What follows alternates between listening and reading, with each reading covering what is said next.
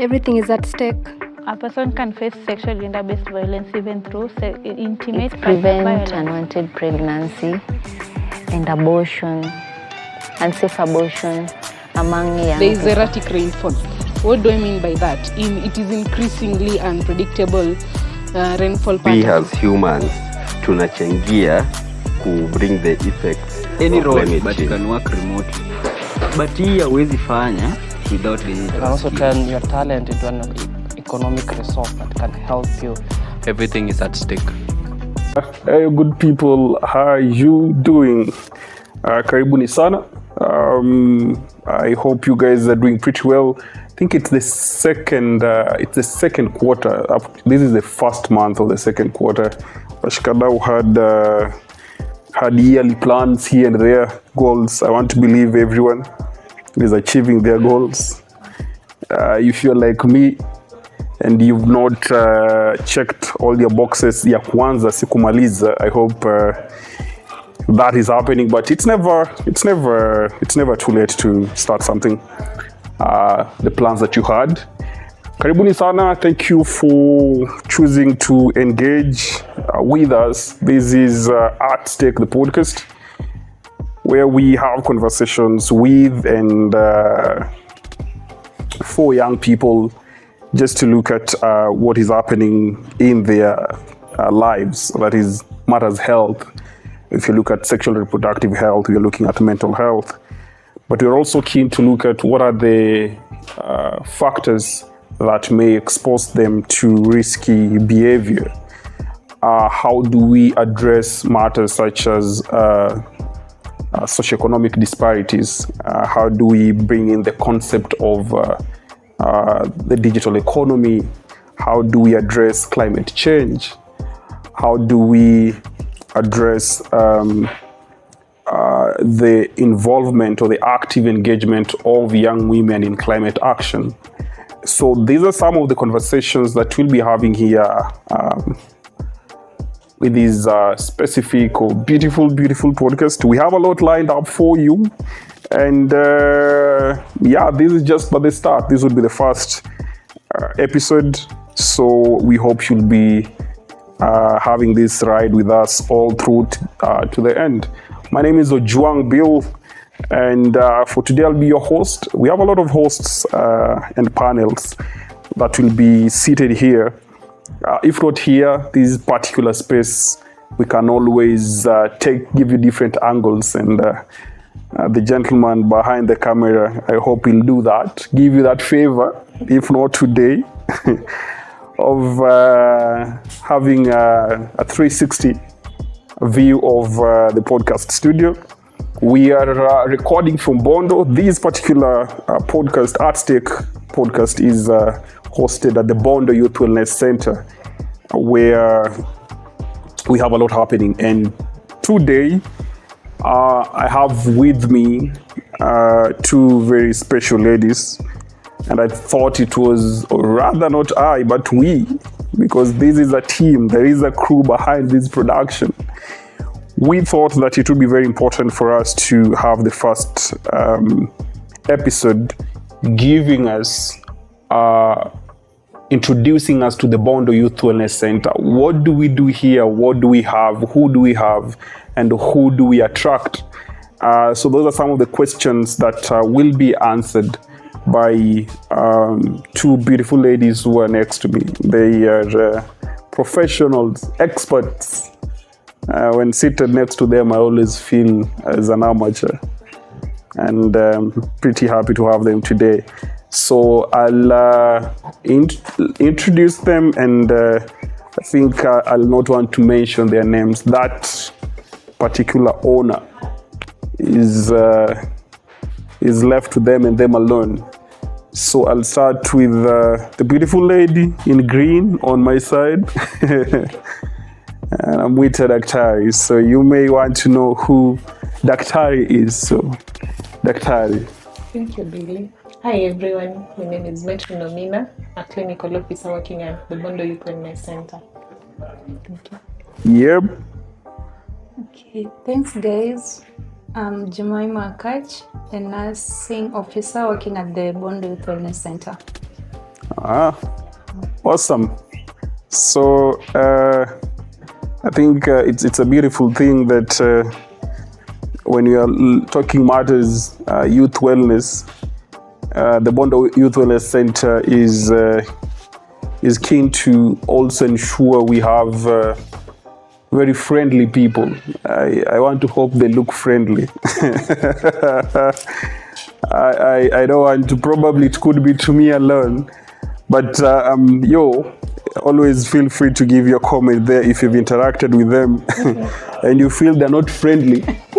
It will be a welcome idea. I'll talk to their boss to make them more friendly. So I'll head straight to just the discussion areas for us to understand what happens at the Bondo Youth Wellness Centre. And Jemimah, I'd love that you tell us, what is the Bondo Youth Wellness Centre? What happens here? What do we do? And that would be, I would specifically love for you to take us through the clinical services.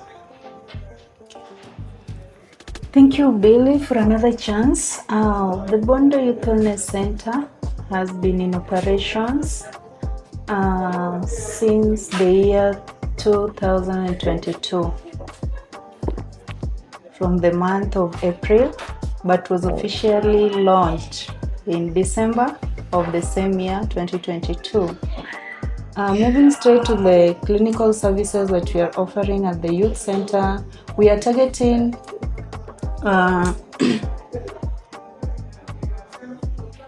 around sexual reproductive health and all the services that are attached to the same. We have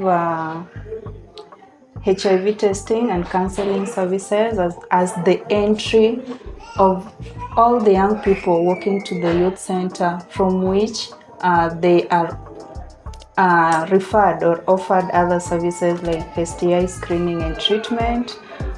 We also do cervical cancer screening. We do family planning services. We also offer antenatal care, that is the clinic for the young and adolescent expectant mothers. We also have support groups for the antenatal mothers and the postnatal mothers. We, not leaving aside, we do PrEP enrollment because we are a HIV preventive center. That is our main target, to do PrEP enrollment and PEP for the emergency HIV preventive services. We also not leaving aside the mental health services, because as we know, young people might have issues around their mental health that they need psychosocial support. Yeah. Oh, awesome.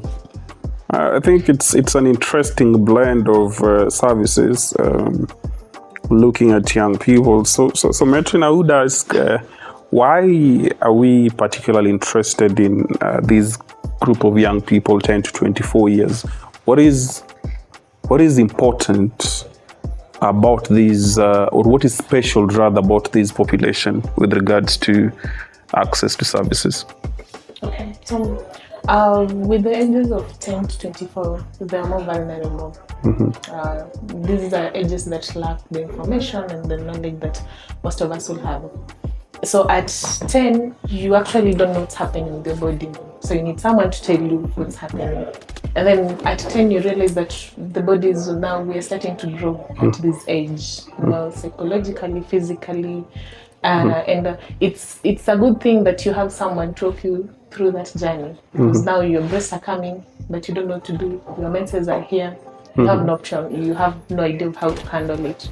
So these ages between 10 to 24, they're interesting because now they're growing. They're now experiencing different changes, and they need a particular safe space for them to now have this conversation. So at Bondo, it's a safe space. We're having a safe space, not just for the services, but someone is able to walk in and just have a talk with anyone, a random talk, like, this is how I'm feeling, how are you feeling? So for these ages particularly, you realize also that these are people who can't talk to their parents. Of course, at 24, will you talk to your mom that you have a boyfriend? Of course I can't. I wouldn't. I wouldn't dare.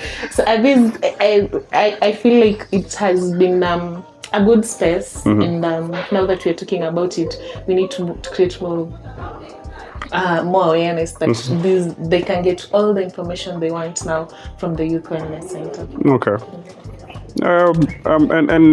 Looking at statistics as well, I think there is a lot of evidence out there that that population, especially between 15 and 24, are largely contributing to new HIV infections in Kenya. So I think it's important that we are able to target them with services in HIV prevention, but also for the young people living with HIV to ensure that we have positive living instilled in them. I'd be interested maybe just to have another discussion around so how do we bring young people to the center? How do they get to know that there are services that are here?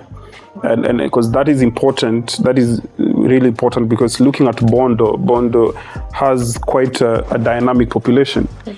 You have young people who are locals over here. This is their home area. But Bondo, I think, is also blessed with institutions of higher learning. I think you have around 6 institutions of higher learning. The JUST, you have the KMTC, you have the Bondo Technical, you have VTech, you have Lucionono. I think the other side you have the teachers training college. Yeah, so looking at all these, you are able to we just would want to know, how do all these young people get to access services?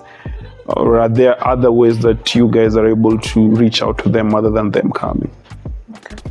So one, you realize that we've the center is not like it's not, we've not created it as a hospital setup.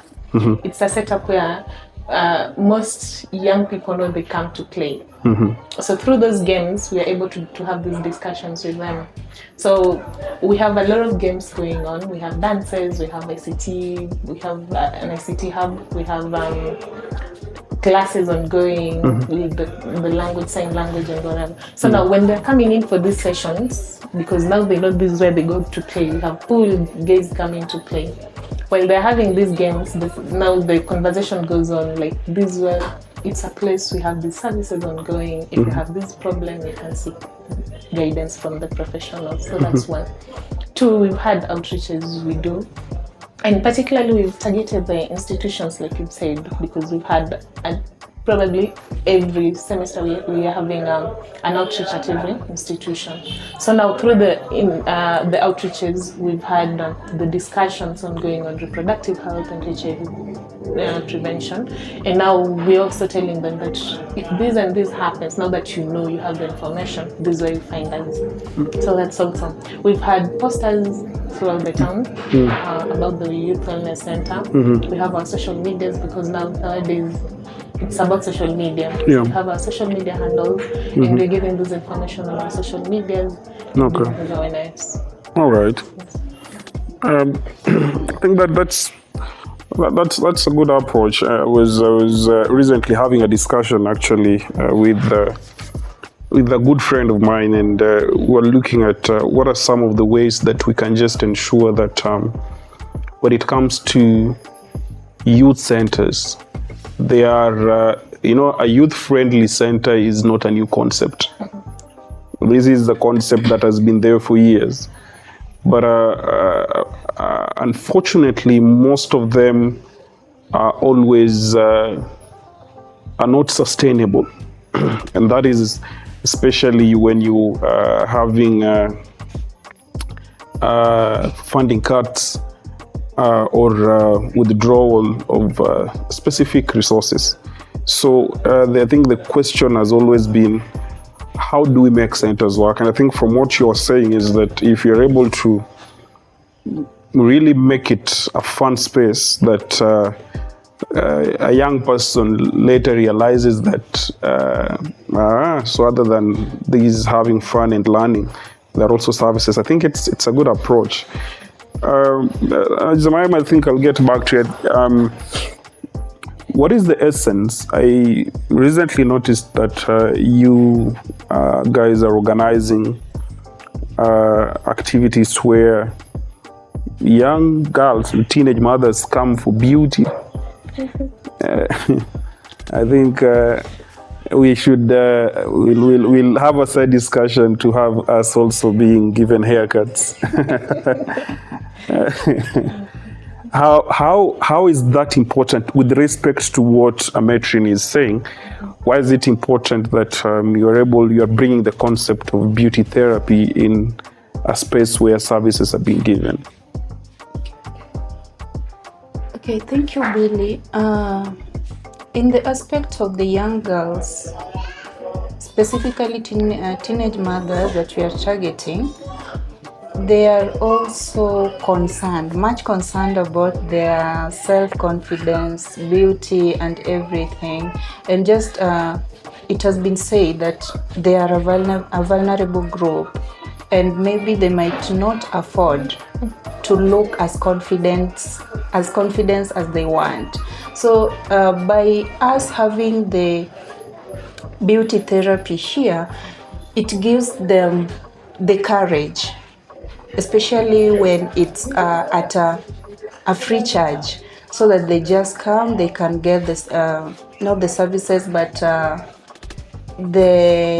do we call them services? Beauty services. They are services. The beauty services that they want, be it their nails, be it their hair, there's a bit of hair, and facial, so that by the time they're leaving this place, it is not just that they came to get information around their health and how to take care of their kids or even the pregnancy, but they also have their self-confidence and esteem boosted. And maybe just to add, you know, the teen moms we are having, the most vulnerable, just got this pregnant through PrEP or something happened, and most of them are in that period of regretting. Now we have to create a space where they also understand that motherhood is beautiful. It's not just about the pain and the regret and whatever. They also need to understand that this is now a beautiful journey. As you share your memories with your baby, you're also a woman who need to take care of yourself. So it's an opportunity for them to learn that motherhood is also a good thing. All right. Yeah. Urembo ni muhimu. Sema, look pretty. Don't look like your problems. True. On a light note, though,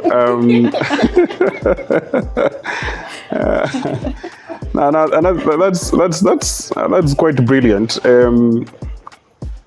I think it's pretty important, especially when you see you are having a space where you are attracting different young people. You have those from, I would say, affluent backgrounds who are coming here just to study.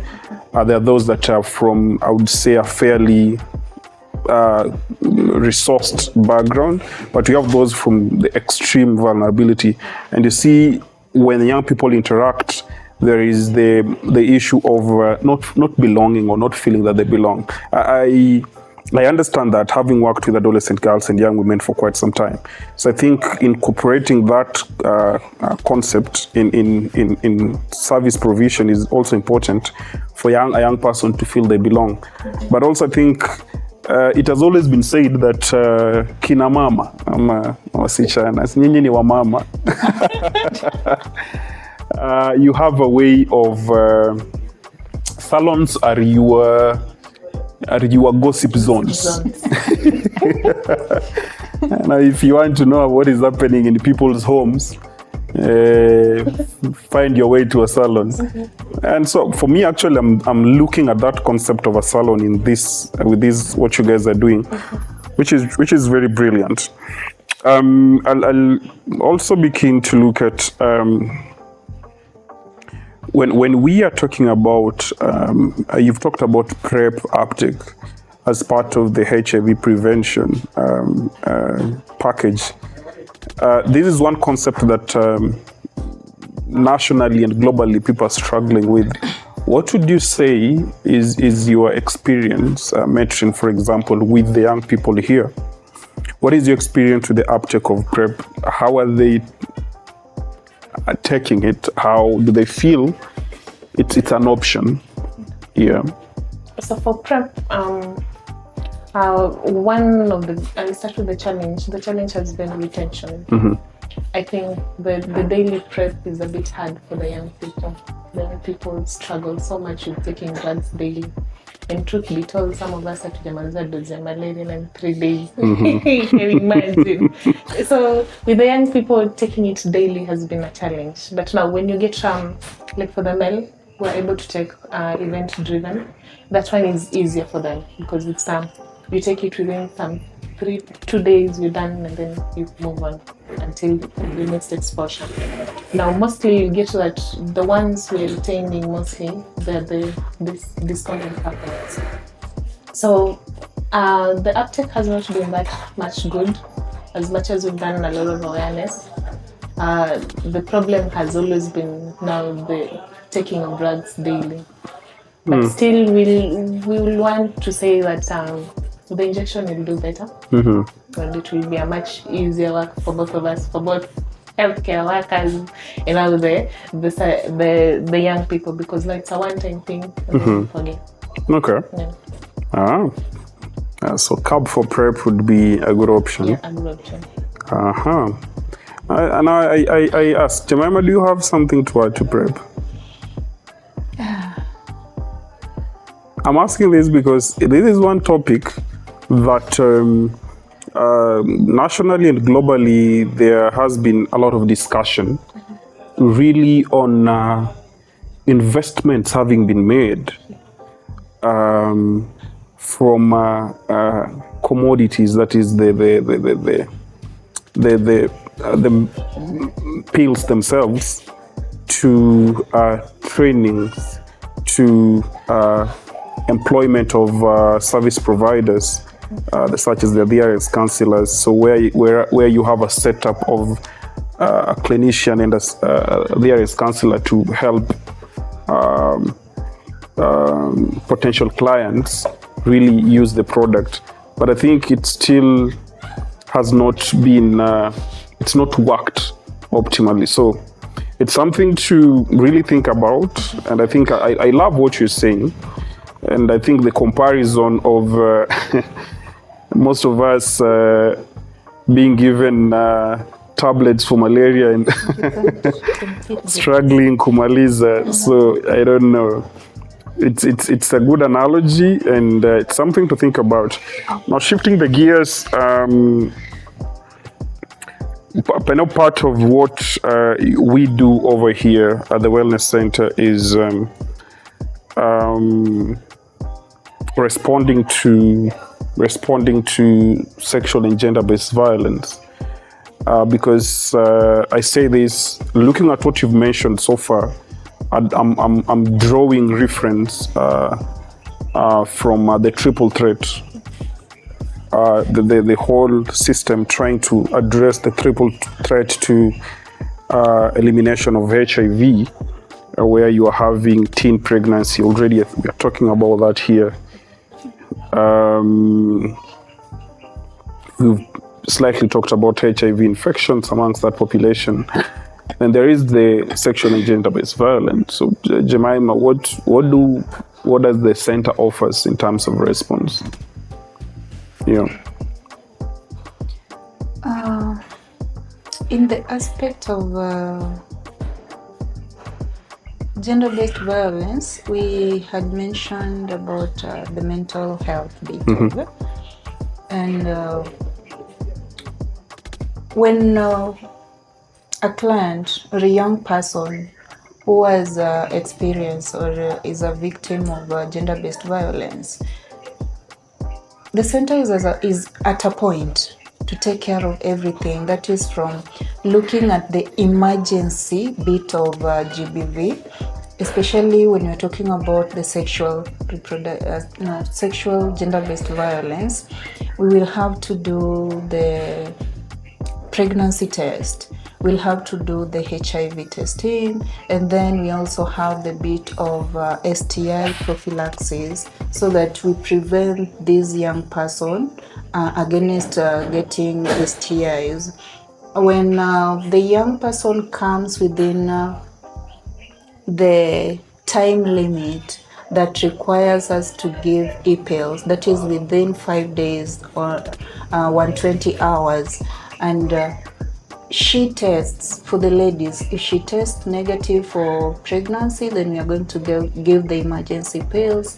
And for the aspect of HIV, when we have confirmed that they are HIV negative, we are going to enroll them to PEP. And to add on top the STI prophylaxis, then we now link to the psychosocial support officer who takes them through this journey of acceptance, everything, and self-realization and the healing to get them off the trauma. Okay. Yeah. And also now when we're done with the psychological part and the medical part, the center is linked to now the paralegals working from Mildmay. So now we are able to link them to the paralegals and now the case goes forward. All right. I think that's brilliant when we are able to, I think, bring in, address both the clinical, both the medical needs and on board the psychosocial needs, and finish the cycle with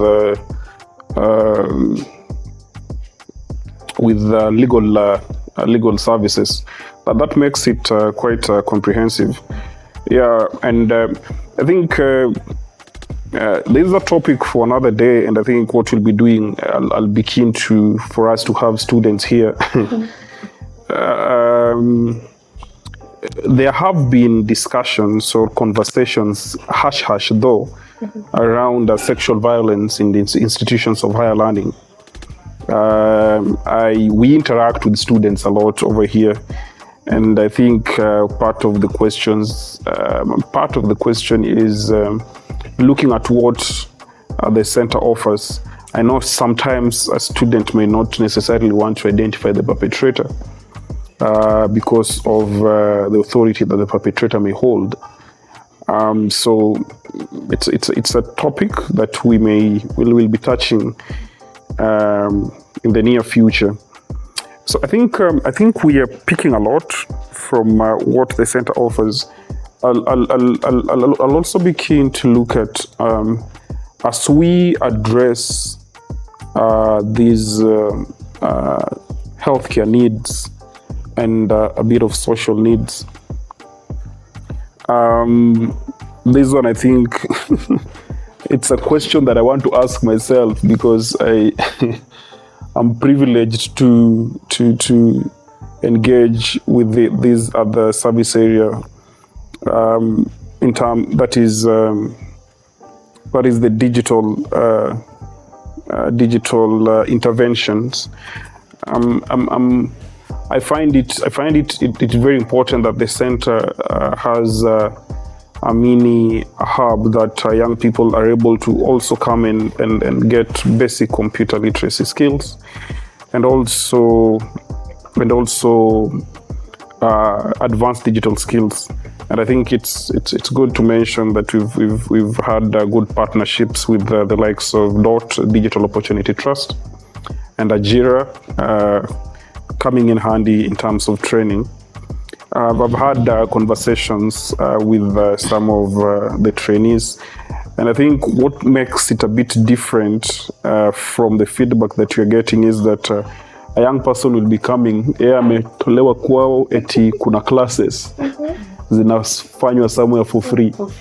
Yeah. So yeye amekuja akijua ni classes, probably hajai kuja hapa center. Because actually, there are a lot of, not a lot, but a good number of young people who the only thing that brought them here were the digital classes. They never knew about the other side. So I think we were able to acknowledge and really follow their transition from coming for the digital classes to seek health services. I think that was quite brilliant, I would say, and it's something that we want to sustain and really ensure that a young person coming to the center is getting more than they came for. It's a buffet. Chagua chenye unataka.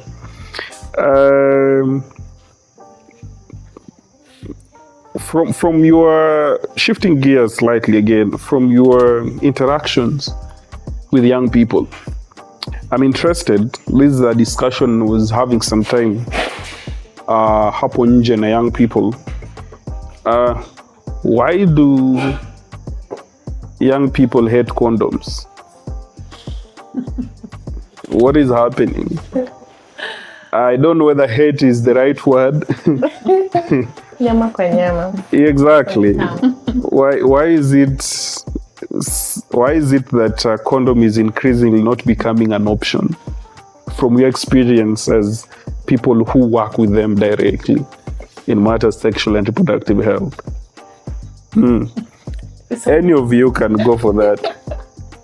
So from the interactions we've had, once you have raw sex, you don't want to go back to, again, using a condom. Our young people didn't have the knowledge from the beginning that there's an option for using a condom. So they started with raw sex.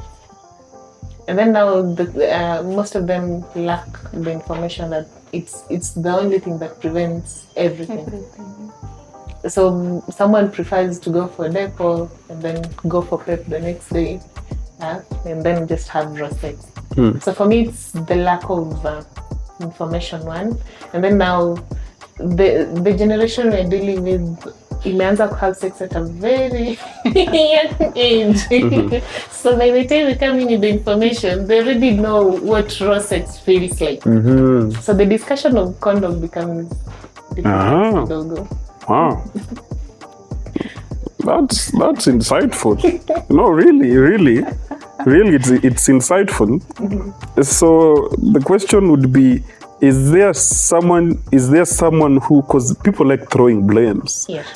Throwing blames is very free. Is there someone who will throw this blame to? If I were to ask, as mwananchi wa kawaida. I would say maybe to the society. We've, kitambo, I remember when I was young, Mom would say, if this ever happens, this is what you need to do. The modern parents, or I don't call them modern, but the modern parents don't have these discussions with the kids.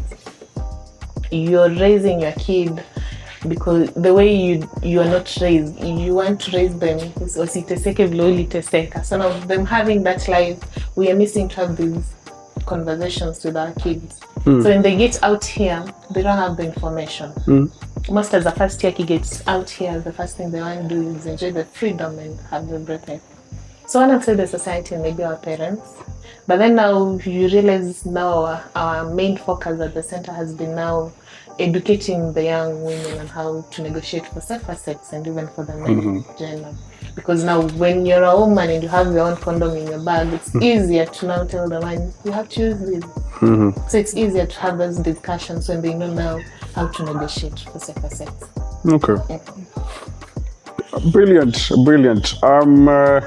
Washikada, I think I'd said this was just but an introductory episode. I'm picking up a lot. Good vibes. Some are, I would say, slightly surprising. And I would say this is especially to someone who is new in the SRH space. Though I would say people like us have been privileged to work with young people in that particular space. As we wrap up this particular session, I'll be interested to ask what Jemimah, what would be your desired vision for access to health services by adolescents and young people? If you had all the resources in the world, how would you want access to sexual and reproductive health as well as mental health for a young person, in the current young person, to look like? Okay.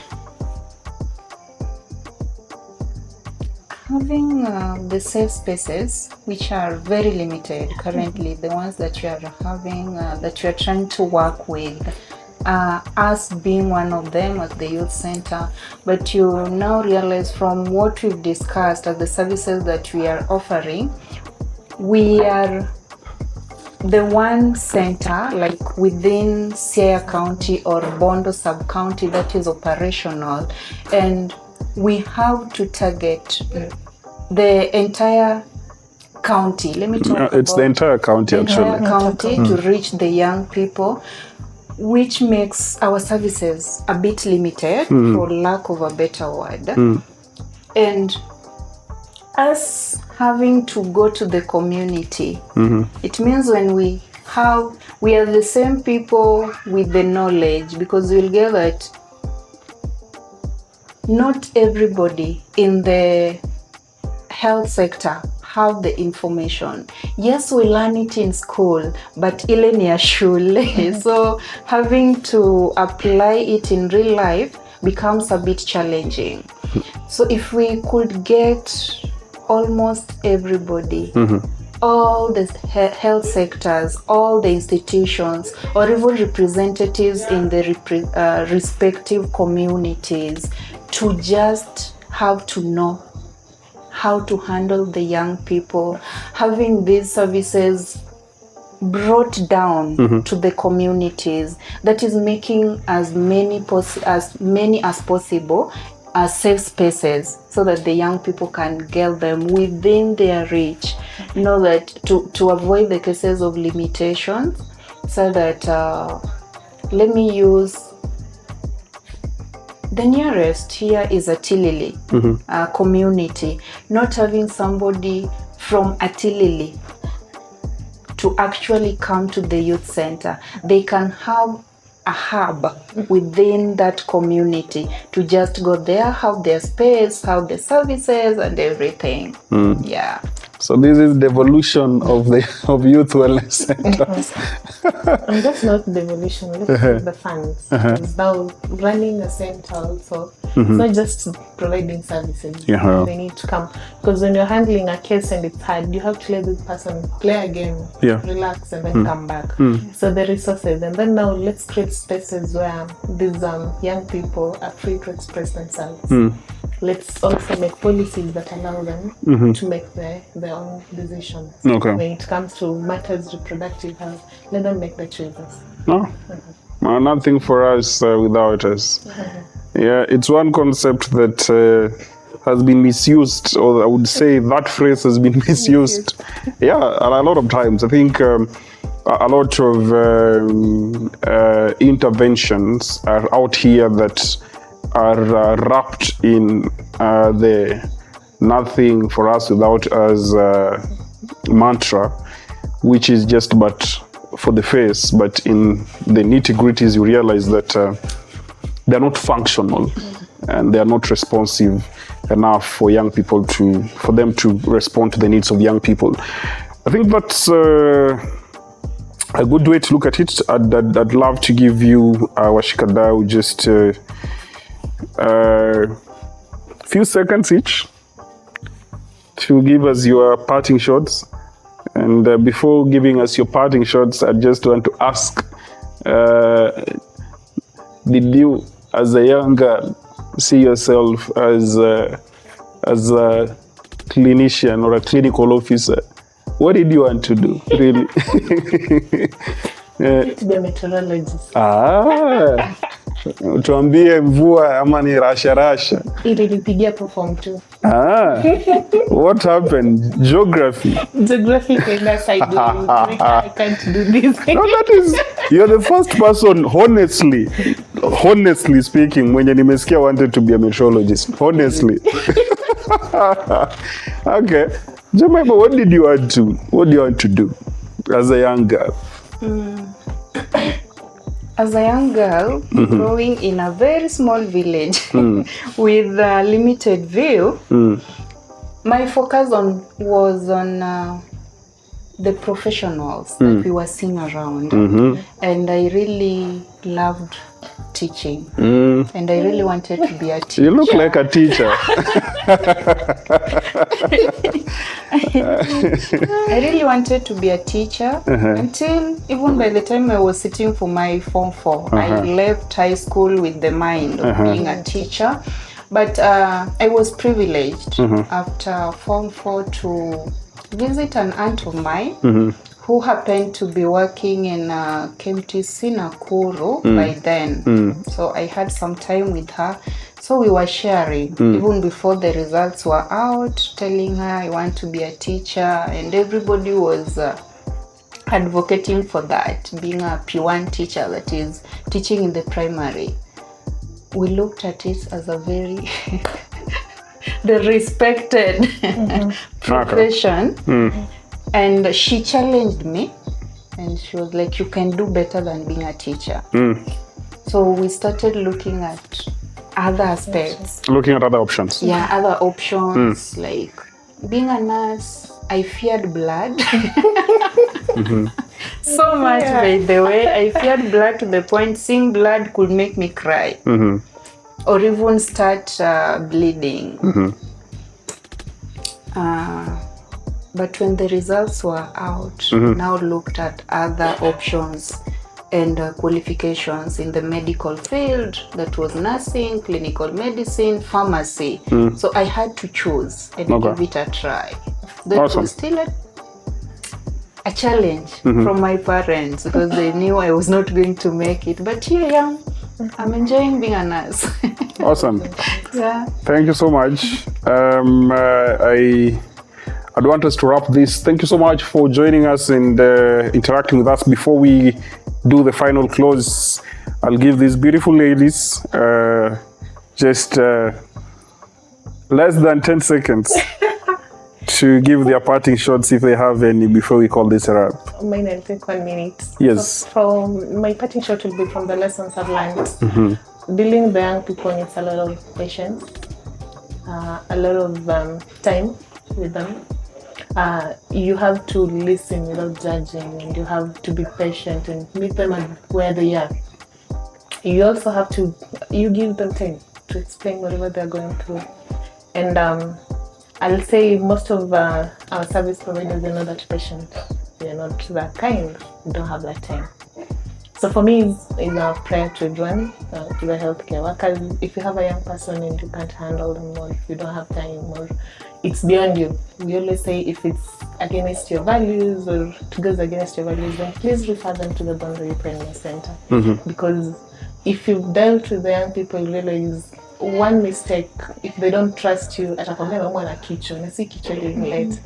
they need a lot of patience and then create that trust with them. So if you're in a position and you can't do that, please refer them and let's get the young people here. Awesome. Thank you so much. Jemimah, take 30 seconds or less. Okay, mine will be short, very short. Approaching working at the youth center as a nurse without having to put on the non-nursing uniform has been an advantage. Especially for me, it has worked because having to dress yourself as a young person and you interact with the young people gives them that courage to talk to you. And a bit of a challenge that I've learned over time is that when you're when associating with the young people, don't introduce your profession first. Let them come, because watasema I want to see daktari. bring yourself as the daktari, listen to them, reason together with them, offer the service they want, then tell them, actually, I'm a nurse. Yeah, it gives them a different view because they will have to do a lot of comparison. Yeah, they will have to do a lot of comparison. You don't look like one of them, a lot, blah, blah, blah. And this brings them the courage to bring more people to you, to talk to them, offer the services. Okay. Yes, Maybe just to add, yeah. Maybe just to add, we have our social media handles and then we have our number. So if the people want to talk to us, we have a counselor on, they can reach us that. Then we'll have a conversation with them. Awesome. Thank you so much. And what we'll do, we'll just ensure that the contacts as well as the socials, the links are with you. I'd love to really appreciate you for creating time, finding time for us to have this discussion. And this is the inaugural Kizungu Kubwa. The inaugural episode, the first episode ever. And we have a lot lined up for you. This has been At Stake, the podcast. Thank you for joining us. Thank you for listening in. And all this that we are doing is powered by one organization that has young people, the needs of young people at the center of its operations, and that is Mildmay International Kenya. From the programs for young people to service uptake at the center, as well as the digital hub, Mildmay International Kenya is deliberately and working with young people to co-create interventions that are able to respond to their needs and are able to be adopted, really, without them looking at it as a concept coming from outside. Until next time, thank you so much. And from me to you and yours, Kwaheri and have yourself a good one. Bye. Everything is at stake.